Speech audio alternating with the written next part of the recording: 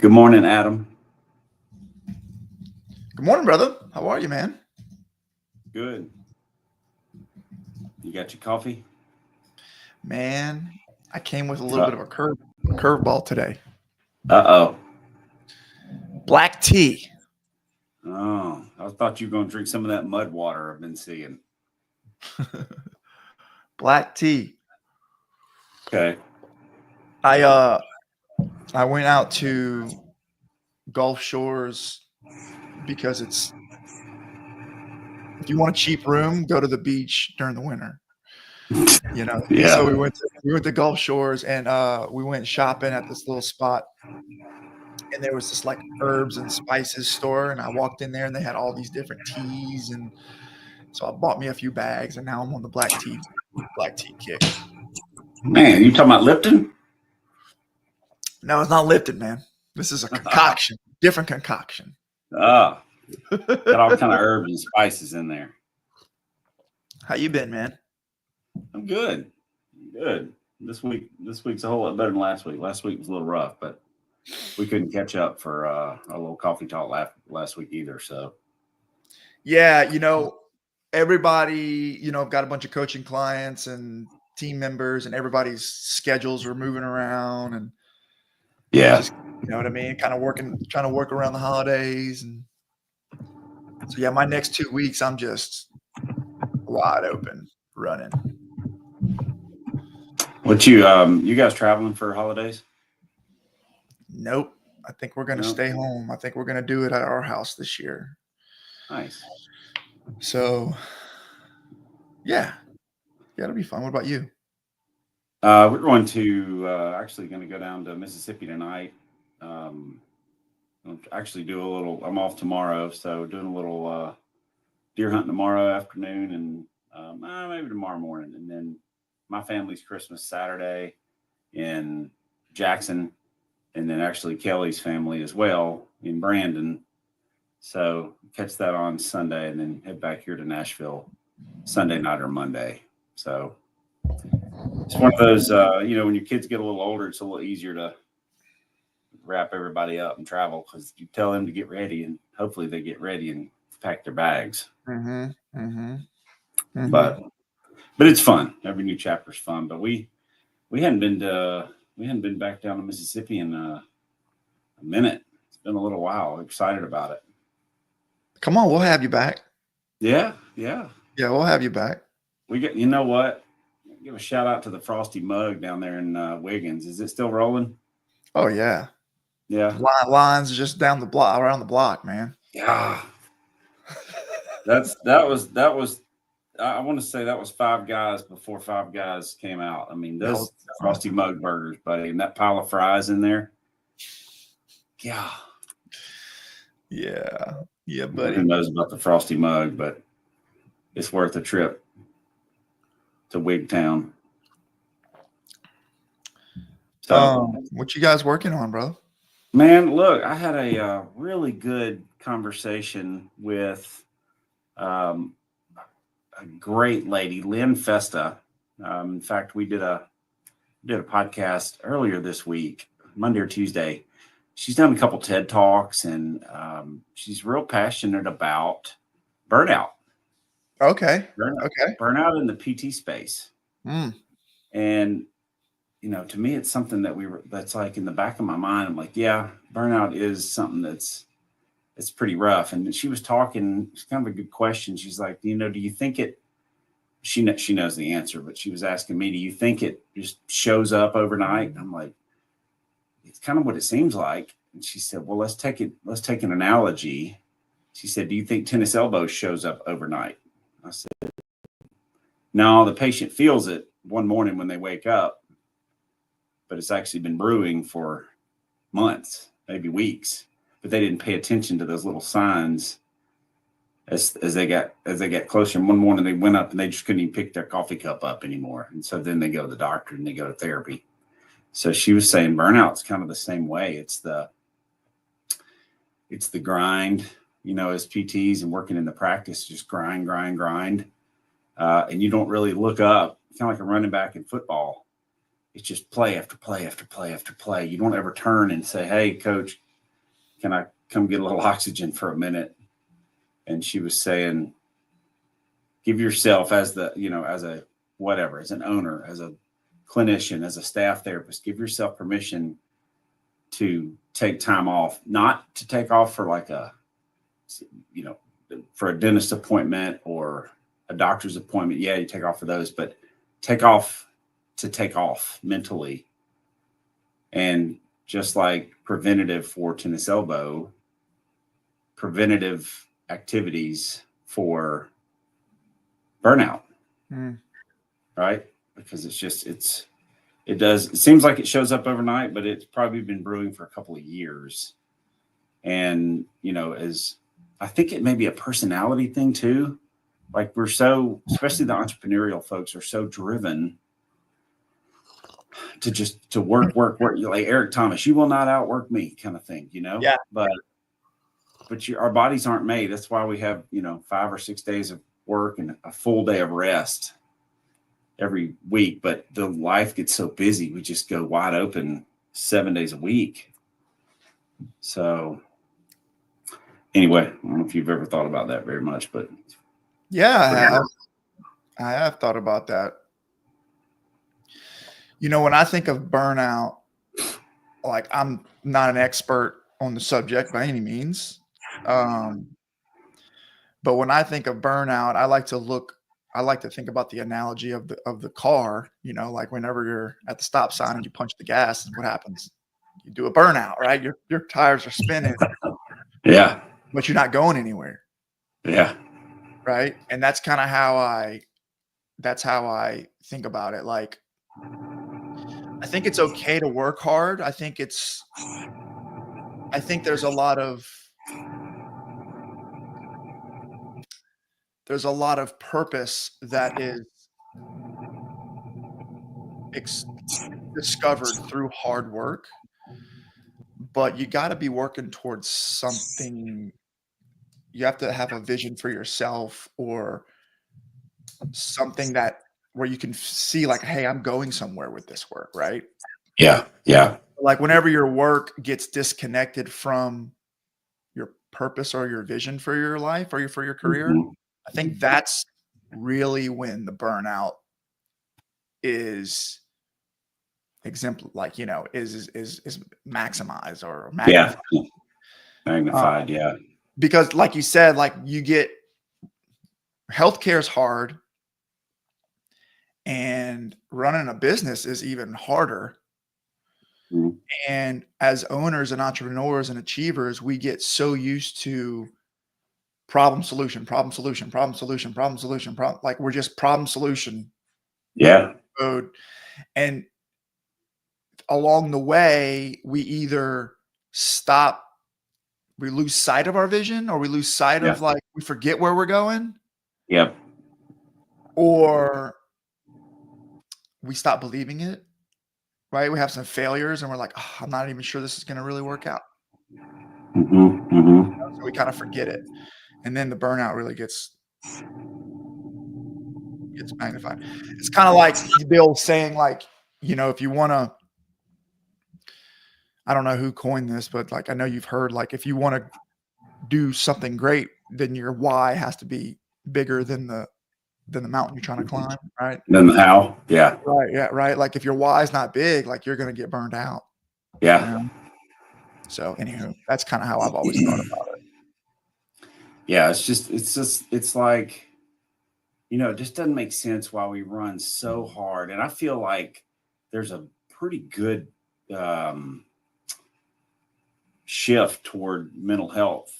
Yeah.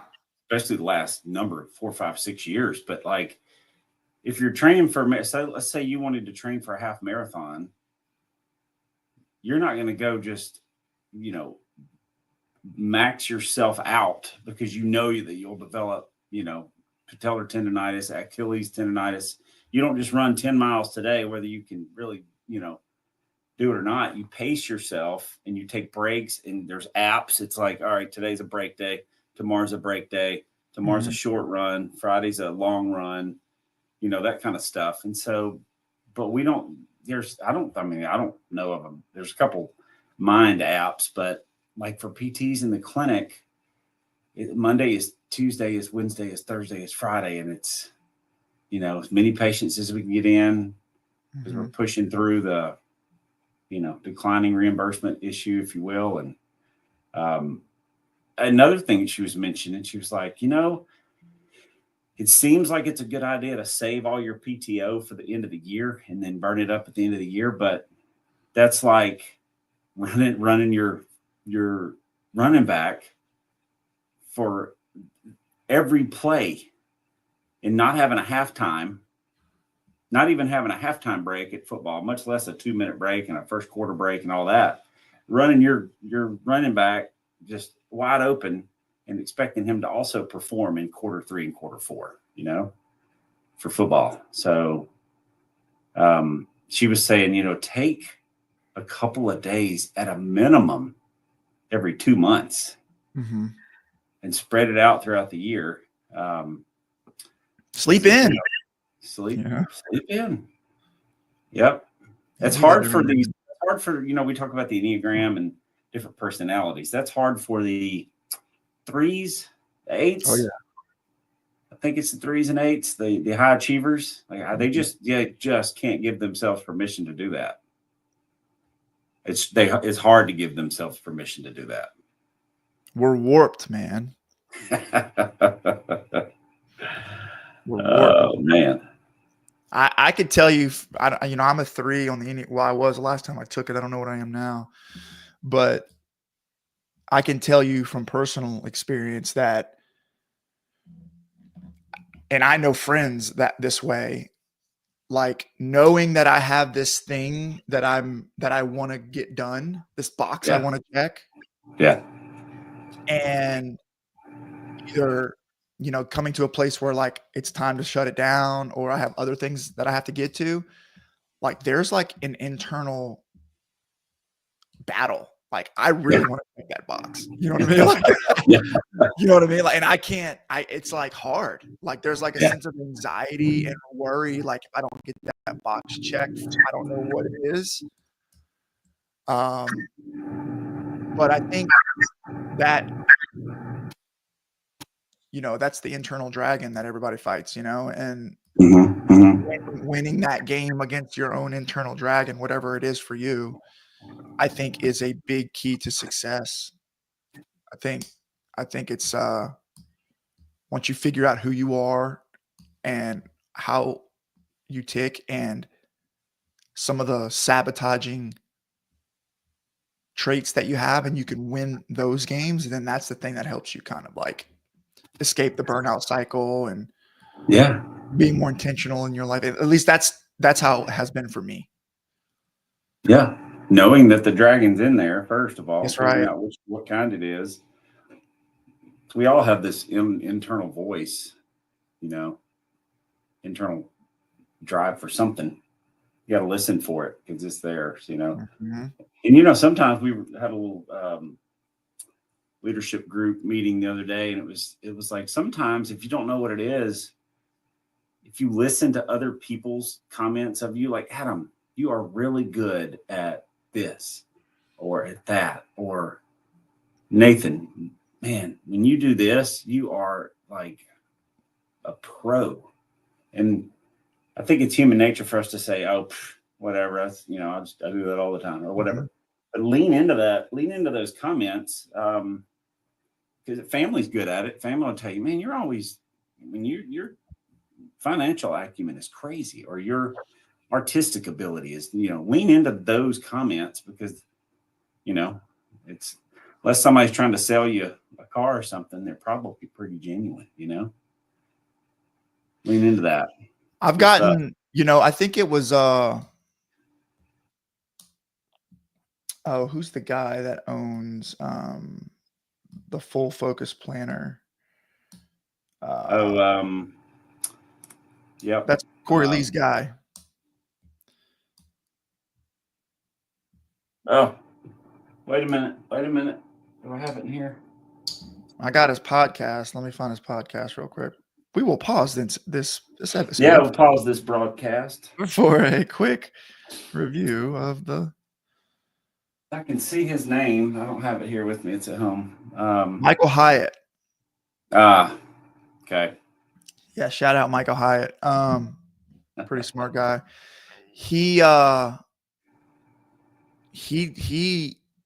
advises, one of the hardest things to do is to ask for feedback. Yeah. Is to open yourself up and just be like, hey, Tanny, can you just give me some feedback on my leadership? Like, where are some of the things you see that, I'm good at? And what are some of the, and maybe more importantly, like, what are some of the things you feel like that I could get better at? And it's like, it's usually like the things that that you like. For me, it's like I talk too much. I'm too opinionated, so I have to slow it down, And those are usually, that's the best. I avoided that conversation for a long time because I didn't want to hear the truth. You know what I mean? Yeah. I didn't want to hear the truth. But once I started to recognize how my toxic traits or whatever like impacted others, that's the thing that was like, oh, really? Like, that's a problem. Like, I actually have to do some more internal thinking about how I show up and be more present, because if I let that monster out, I might not be a nice guy and I might ruin Tanny's day, Mm-hmm. It was mostly the negative feedback that's actually helped me.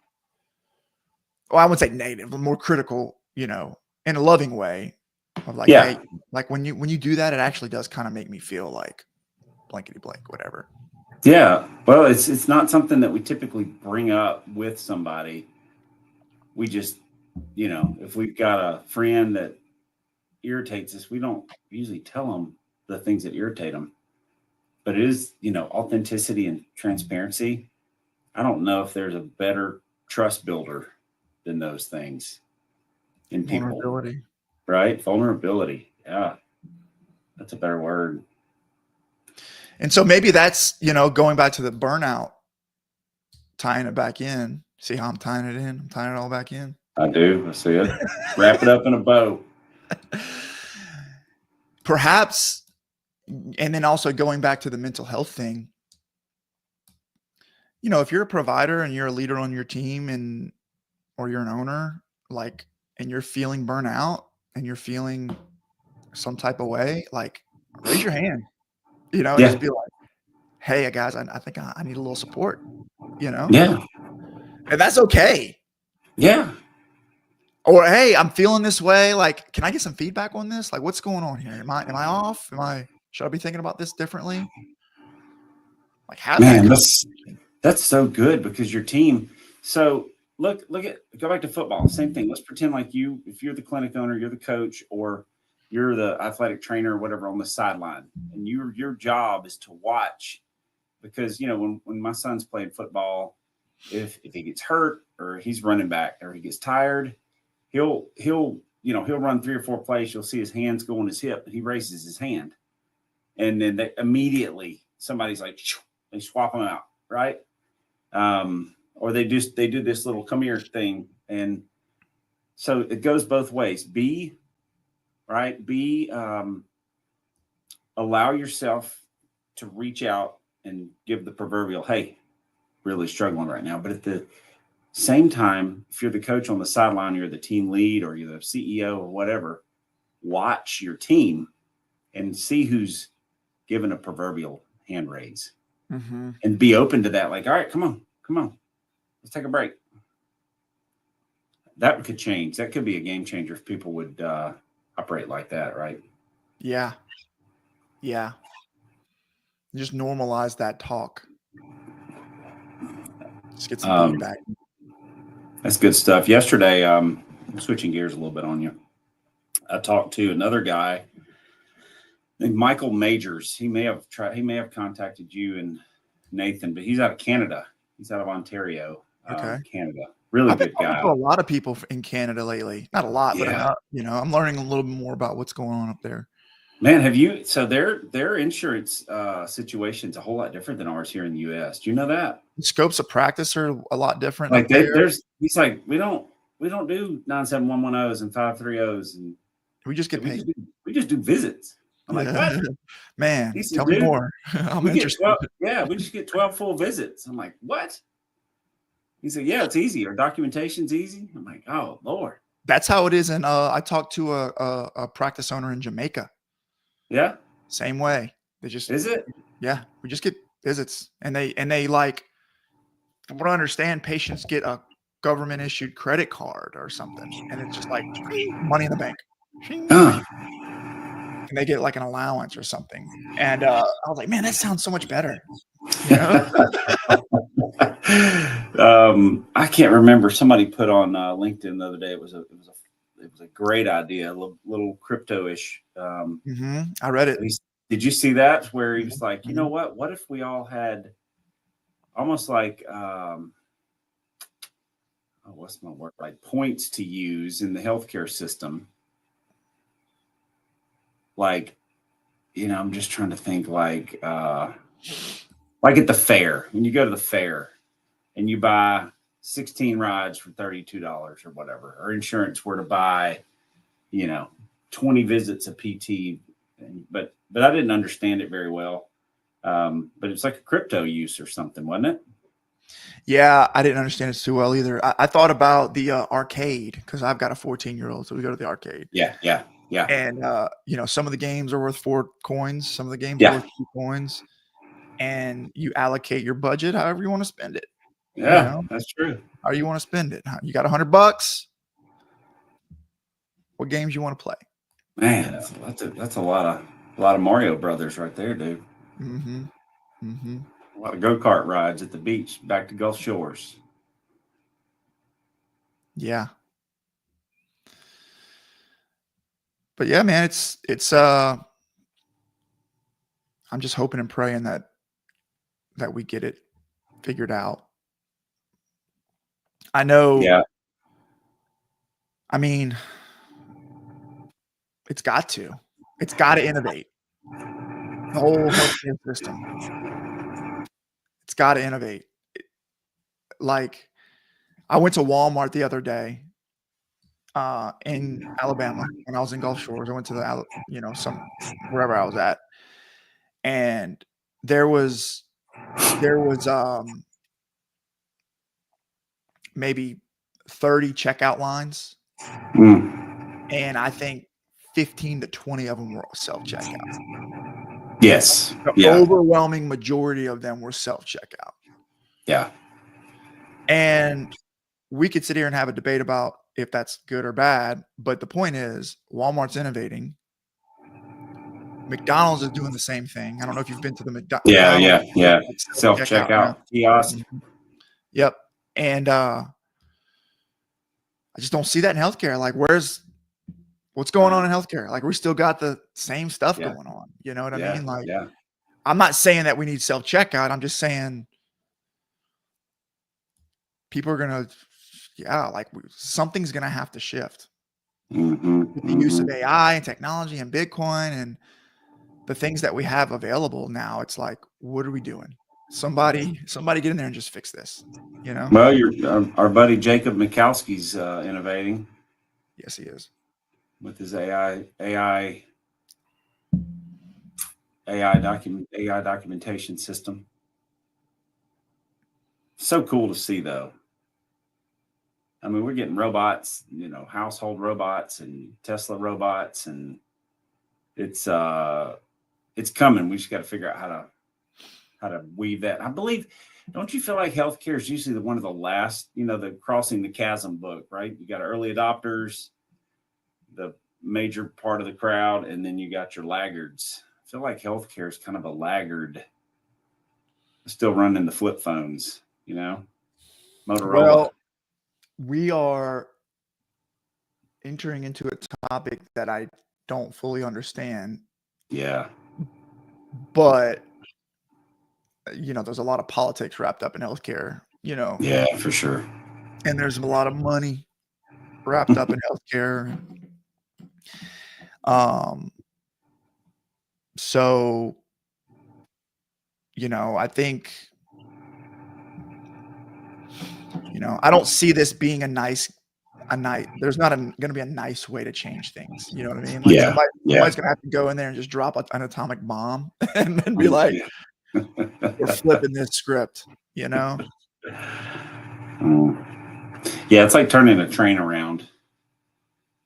Yeah. You got to keep rolling, eventually work its way back, nudging it a little bit along the way. Mm-hmm. Mm-hmm.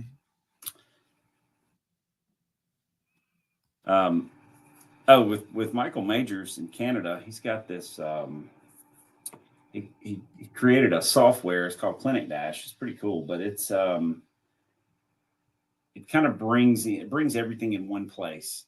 And so we can get back into this piece too. But I'm 48. When I was 15, 20, let me start from here. My kids and us, we've got to watch TV, just to watch TV, right? We got Hulu, we got YouTube TV, Disney Plus, Netflix, Discovery something, and like this other streaming channel. And they're all different passwords and they're all different apps. And my father-in-law was out actually at the house the other day, and he goes, "Man, wouldn't it be nice if everything was in one spot?" I said, like it was 15 years ago, we just turn on the TV and whatever we want to watch, hunting shows, TV renovation shows, medical show, whatever, right there in one spot. And I feel like and same thing with PT, but the more sophisticated we've gotten, the more siloed everything is. Like, oh yeah, we got this app, we got this app, we got this app and this app. And when you're treating patients, I think that adds to burnout, because you got to go like, all right, where was my notes are over here, right? Billing's over here, So he was talking about his software that kind of puts all your social media management and text messages, like a CRM, follow up, cancellation notices, hey, your appointment's tomorrow, all that good stuff in one system, which is its own system. But instead of having 6 different areas on the front office admin world, it's just one. You just link it all to one. Just link it all, and it's so maybe we've siloed ourselves out, and maybe it's trying to head back into consolidation. Wouldn't it be nice if everything was like just on one remote instead of 3 remotes for your TV? Wouldn't it be nice? And I think there you see it. You see people trying to do it. Yeah. Like I know Jake and Sharif are partnered up. They collaborate and they have some integrations between their softwares. But well, the other thing that we run into is not everybody runs the practice the same way. Correct.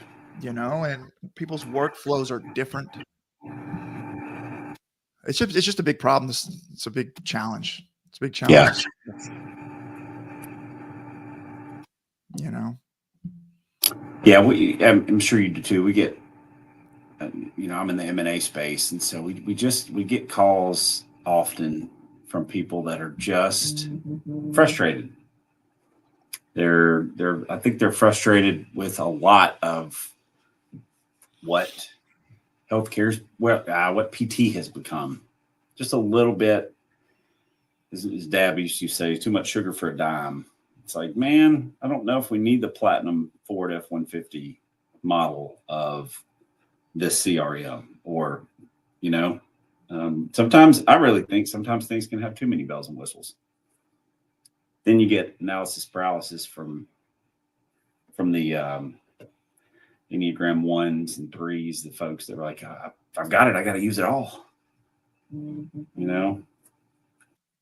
So, yeah, I mean, you hear, listen, private practice is hard. It is hard. It's hard. Business is hard. It's really hard. And there's no shortcuts, man. There's no shortcuts. I hear people all the time and they're like, I'm going to open a business. Like, are you sure about that? Think about it, just think about it. Knowing what I know now, there's parts of me that says, like, if I could go back, I don't know if I'd open my own practice. Like I might find a Tanny or somebody who already has a clinic and just like do some type of partnership, because I don't know if this is just unique to healthcare, but like the practice owners that I see that do well, you have to have like a small piece of obsession. You have to be upset with your business.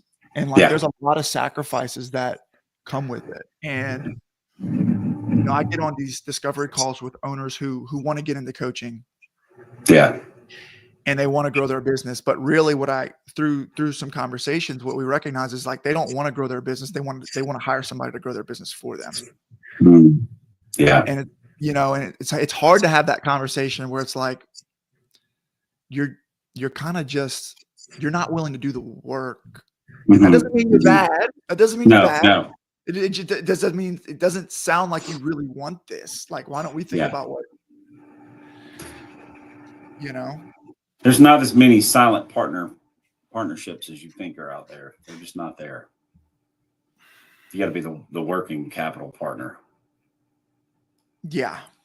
And that's why, that's why leadership and the Jim Rohns of the world and personal development and self-discipline and self-awareness and getting better, getting 1% better every day helps drive through those hurdles and obstacles, because it's just, anything worthwhile is uphill. Anything worthwhile is uphill. If you're coasting, it's the physics of the world. If you're coasting, you're probably going downhill. So to climb, you have to exert energy and mental energy and all the things to go against proverbial gravity. And so just keep driving. And when you're, was it you that told me, you were talking about a book about when you encounter obstacles, that is the way. Is that what you were telling me? What's the name of that book? You remember?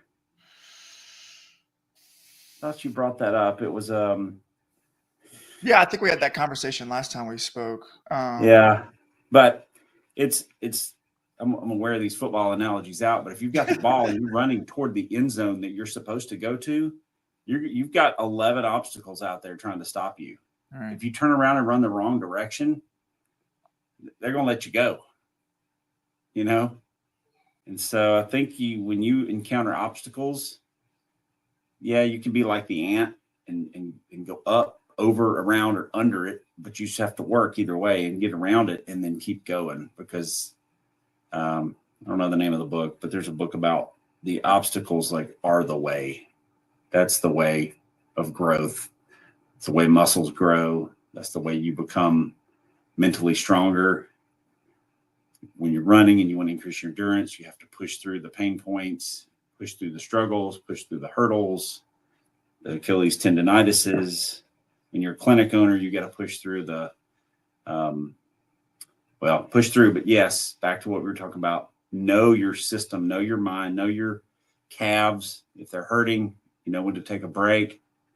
So, but it's all a learning process. And sometimes you go too far, right? When you're training, you're like, I'm going to push through a little bit more, and it sets you back 2 weeks. And that's okay. I mean, you learn. It's okay. You learn in your body. Yeah. And you learn. You're like, oh man, I'm not going to do that anymore.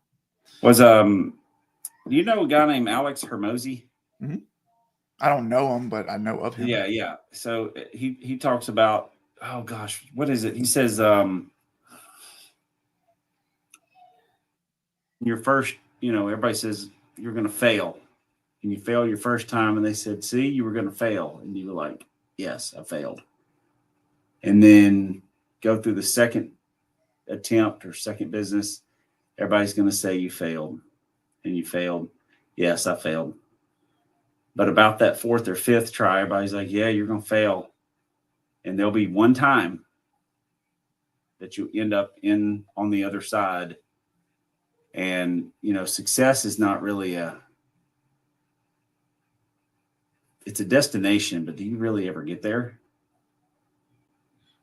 We kind of work our way toward it in hopes that we get a little bit better every day. So anyway, I don't know where we're going with that, but keep pushing, but take breaks. You got it. Hard balance. A couple of the things that I like from Alex Hormozi is he says the work works on you as much as you work on the work. Yeah. Good stuff too. Stealing from a different guy. What is his name? Dan Martell. Yeah. He says, if you continue to solve problems with the same mindsets and thinking strategies as you have now, you'll never get where you want to go. Yeah. Like in order to get to the next level, you have to all the beliefs and all the things that you think are true or right. You have to shed that. Yeah. And you have to adapt new ways of thinking and being. Yeah. And that's hard, dude. Because it's hard when everything in your body and all your intuition is telling you that this is the thing that you need to avoid or do or not do, right? You're like, and there's somebody on the other side of the screen telling you, like, actually, you've been wrong where you need to go the whole time. Yeah, and it's exactly where you need to go through. And it's because you don't believe it, right? Because you're but like, no, you don't understand. You don't understand. You know what I mean? Yep. And it's like, no, but actually I do understand. You know what I mean? Because I've actually been right there where you are. And that is the work. That's the work. That's the work. That's the work. Yep. So it's not about doing, it's about becoming. And that's why that is the game to play, in my opinion. That's the game to play. And that's also why this game is really hard. It's also why it's so hard to run a practice, but that's also why it's so easy to win. Like once you figure that game out. Yeah, because nobody's doing it. Nobody's doing it. Nobody's doing it. Nobody's doing it. Once and then the game looks a little different for everybody. You know what I mean? Like I got my game that I'm playing because I'm my own little avatar, my own little world. Tanny's got his, but like at the end of the day, it's really about you beating you. It's me versus me. Me versus me. How can I beat? Like I got the devil and the angel on your shoulder. Like you're fighting the devil. You know what I mean? Yeah. How do I win that game consistently, and then develop systems and habits around making it easier to win that game more often? Mm-hmm. And then you'll find yourself in the right place at the right time with the right opportunity, learning the right skills because you've committed to winning that game. Yeah. Not the other way around. Right. You know what I mean? Hey, here's the kicker too. All of a sudden you'll get lucky. You know what I mean? Like, yeah, you'll get lucky. But the kicker is you don't have to do it alone. That's right. Reach out. It's impossible, honestly. It is. Reach out. I'm available. Adam, you're available. We'd love to talk to people. Man, do not do it alone. Nobody gets to the top by themselves. It's the old Sherpa. The Sherpa that climbs to the top of the mountain. I'm doing another leadership growth every Wednesday at lunch. And so Sherpas, they don't get brownie points for how many times they've been to the top of the mountain. They get points for how many people they've actually taken to the top of the mountain. So that's not their measure. how many times they've been there themselves. It's how many people have taken up with them. Mm-hmm. So anyway, just helper mentality, buddy. I do have a hard stop at 8:45. We got Okay. a couple clinic phone calls today. Who am I? I'm talking to somebody out of Florida. I'm talking to 2 or 3 clinics today. Somebody out of Florida, Michigan, maybe New Jersey. A third one. I'll have to look. Kind of cool though. I see what you're doing, man. You're doing a lot of cool stuff. You are too. I was glad to see old George Hess on our group call yesterday. Man, it's fun when you see him win, huh? Yeah, yeah. Old Kenny and old Kevin. Even somebody like George, I think he's got like 6 clinics, big team, like, and yeah. George is, we saw him in Florida at our Private Practice Owners Club conference. He's GQ. I like George. George. I like our whole squad, man. Like, I love them all. I do too. They're awesome. Yeah. They're awesome. They all have their own way of contributing. Yeah, they do. Yeah, they do. Well, cool. Well, you got anything else? You good? Do I have anything else? I will leave you with. I'm going to leave you with Zig Ziglar's quote. Well, yeah. I'm going to leave you with Carl Jung. Ooh, Carl Jung. He says, wherever your fear is, there's your project. I think that's what he says. So I like that. Lean into the fear. Wherever you feel the fear, there it is. Everything you've ever wanted is right inside of it. Win that game. Win that game. Hey, right along that same vein, an old cowboy, John Wayne. Remember John Wayne? Oh, yeah. That's the definition of courage. So where your fear is there, that's where you need to go, right? And he said, right. Courage is being scared to death, but saddling up anyway. Yeah. Just, it's going to work out. Get on the horse and ride. Take action. Love it. Hey, buddy, next week, same time. All right, brother. Be good. All right. Peace. Peace.